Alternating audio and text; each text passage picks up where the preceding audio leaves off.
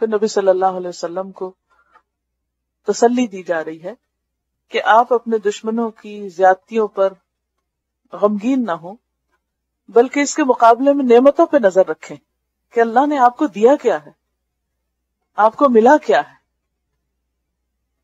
کیونکہ جب انسان اپنی ملنے والی نعمتوں کو دیکھتا ہے تو اس کو نہ ملنے والی چیزوں کا غم بھول جاتا ہے، اور یہی طریقہ ہے غم بھلانے کا.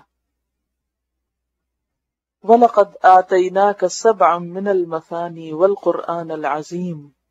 وَلَقَدْ اور البتہ تحقیق، آتَيْنَاكَ دی ہم نے آپ کو، یعنی محمد صلی اللہ علیہ وسلم کو، کیا؟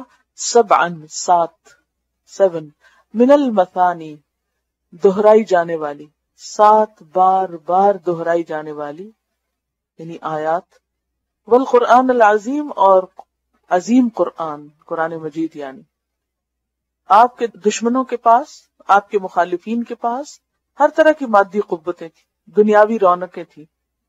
اس کے مقابلے میں آپ کو جو ملا وہ بظاہر دنیاوی اعتبار سے کوئی رونق والی چیز نہیں تھی، بلکہ اس کی وجہ سے آپ پر بہت مشکلات بھی آ رہی تھی. تو ایک چیز جس سے انسان زینت اختیار کرتا ہے اور جس سے انسان کا دنیا میں ایک رعب اور دبدبہ قائم ہوتا ہے، اس کے پیچھے تو سب جاتے ہیں، مثلا مال و دولت ہے، سرداری ہے اور دنیا کے سامان ہے. لیکن اس کے مقابلے میں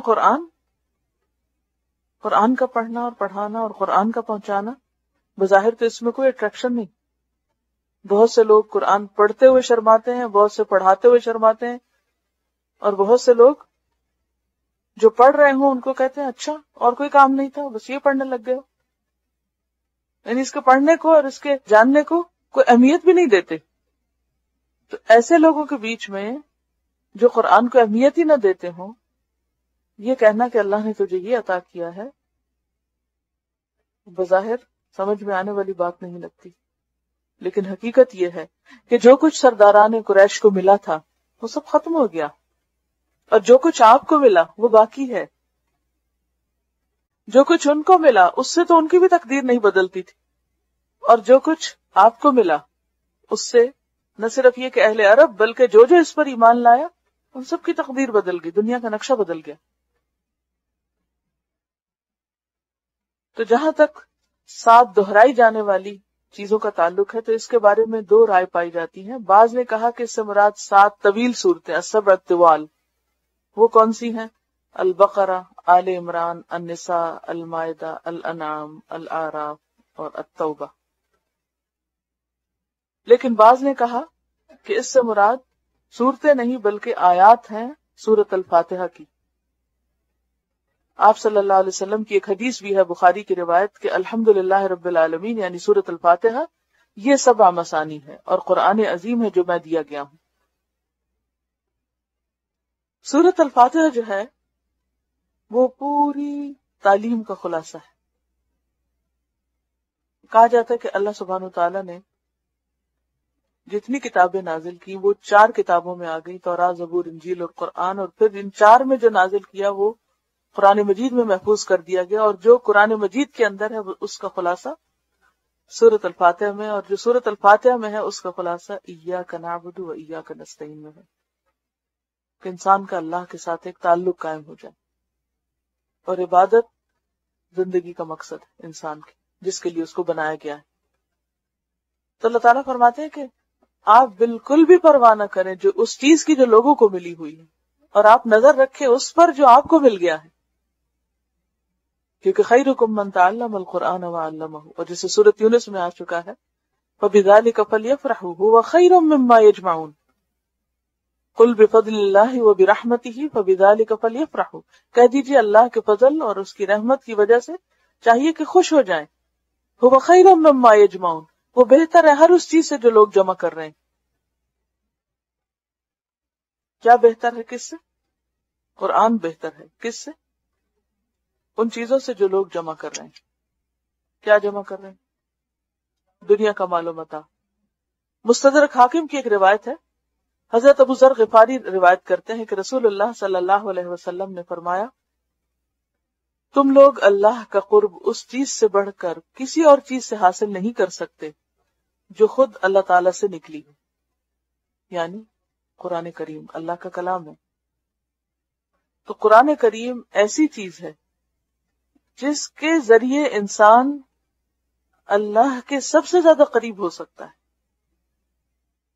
دنیا کا مال و دولت، دنیا کا جاہ و جلال، رونق،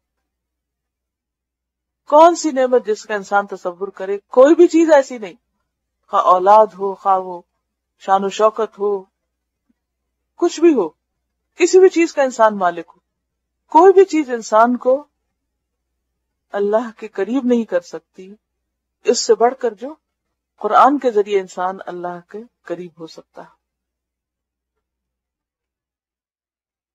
لیکن اس کے باوجود لوگوں کی دوڑ کس طرف ہوتی ہے، کس طرف بھاگتے ہیں، کس چیز سے متاثر ہوتے ہیں، کس چیز کا شوق رکھتے ہیں؟ دنیا کا، اسی سے امپریس ہوتے ہیں، اسی کی طرف دوڑتے ہیں، اسی کا غم لگا رہتا ہے۔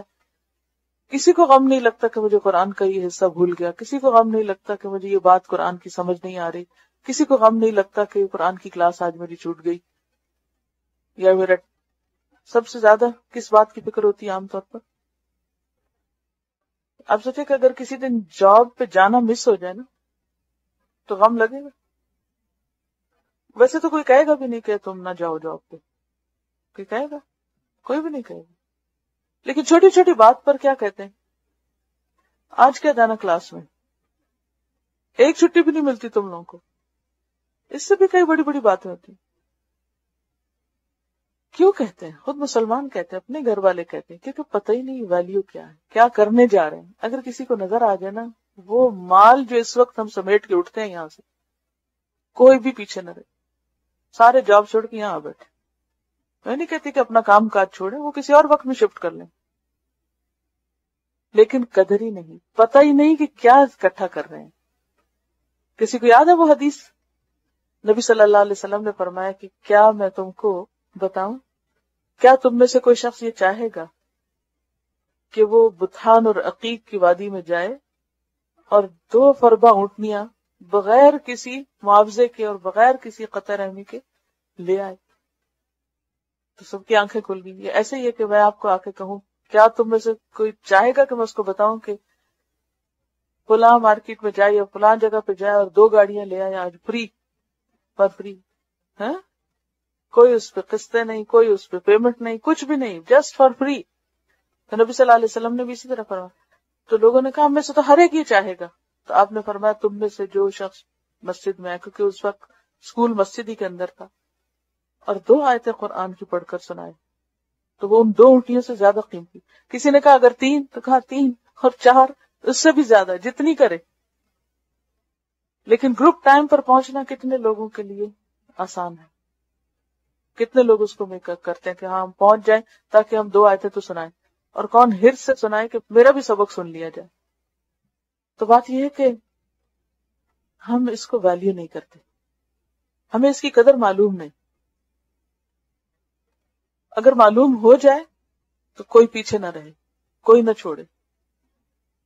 اور یہاں پر آپ دیکھیے کہ ایک طرف لوگوں کی زیادتیاں اور دوسری طرف آپ کو ملنے والی نعمت، اور پھر آپ کے ذریعے ہم سب تک پہنچی۔ وَلَقَدْ آتَيْنَاكَ، اور البتہ تحقیق ہم نے تجھے عطا کر دیا۔ اللہ کے رسول پر تو نازل ہوا تو اس معنی میں عطا ہوا، کیا ہمیں بھی یہ نعمت عطا نہیں ہو رہی؟ ہمیں بھی دیا نہیں جا رہا؟ یہ اللہ کا احسان ہے نا کہ اس نے ہمارے لیے بھی راستے آسان کیے اور ہمیں بھی قرآن دیا گیا۔ تو جب کبھی کوئی آپ کے ساتھ زیادتی کرے، کوئی انسان آپ کو ہرٹ کرے، کوئی آپ کو رلائے، کوئی آپ کو پریشان کرے، کوئی آپ کو کسی طرح کی باتیں کر کے لیٹ ڈاؤن کرے، تو فوراً اس نعمت کو یاد کر لیا کیجیے کہ اللہ نے ہمیں قرآن کی سمجھ دے دی جو دوسرے شخص کے پاس نہیں۔ اس کو ویلیو کریں، اس کی قیمت جانیں۔ پیسوں کے معاملے میں ہم کبھی نہیں کہتے کہ وی گاٹ انف ٹوڈے، آج اتنا ہی کافی ہے۔ اگر کوئی اور آ رہا ہے تو کہتے ہیں تھوڑا اور بھی مل جائے تو بہتر ہے۔